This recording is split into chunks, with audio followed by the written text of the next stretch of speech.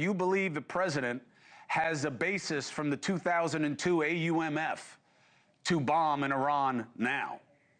Well, to be clear, what I voted about the world powers last week, that was simply just procedural. That was like, now we can have a more debate, and now that's what we're having right now. We're having a debate now. And it's really an important conversation, and I think that's the reason why we have our job, is to debate these and to bring these issues to the vote.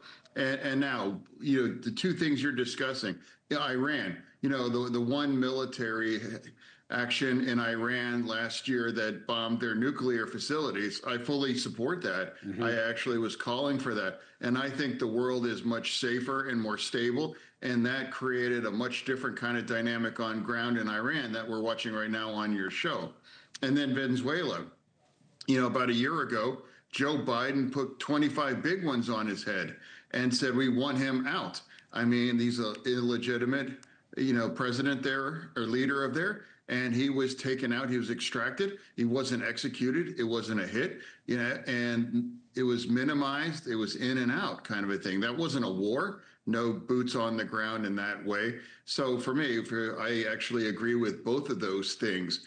I didn't see exactly what they've done in Venezuela, but after that it's happened, how efficient and how comprehensive, after the classified briefing. I mean, the organizing that got into that was amazing, and how coordinated it was. So that's why I think it's entirely appropriate to do these things. And now how dysfunctional, our Senate has become, and how polarized, so much so that we've shut our government down for 44 days, whatever. And now the president, I don't care if it's a Democrat, Republican, whoever, I think it's entirely appropriate for him or her to have the flexibility to do these kinds of strategic, actions that make in America's interests, honestly. So the question becomes, why, right? I mean, if you look at Venezuela, I don't know what they told you in the classified briefing, but the reporting is that as many as 100 civilians were killed, and America doesn't control Venezuela, although the president suggests that maybe we do. So I'm talking about the legalities, not whether we like it or not and how it feels, okay? So when we're looking at that basis for this, what do we need you for if a president, despite the War Powers Resolution, despite what's in the Constitution, can do whatever he wants militarily on a one-off basis as long as he doesn't stay there too long? Well, I mean, it's like these are very specific kinds of issues. I don't ever take this idea that it's like randomly. Like, I mean, if anyone thinks like the thing that happened in Venezuela was just some guys just woke up in the morning and say, let's just shoot some people up and get him. I mean, this is very comprehensive. This is incredibly well organized, in the military. And for me, I'm going to celebrate and salute our military for what they've done there too. And I do think every single person in the Venezuelan community, in our nation or otherwise, are celebrating that he's been extracted right now. And it has not led to mass chaos.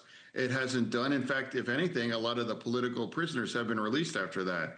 So the things that the so-called experts that call, if you do X in Iran, you're going to have, mass kind of catastrophe. That's just not true. And then same with Venezuela.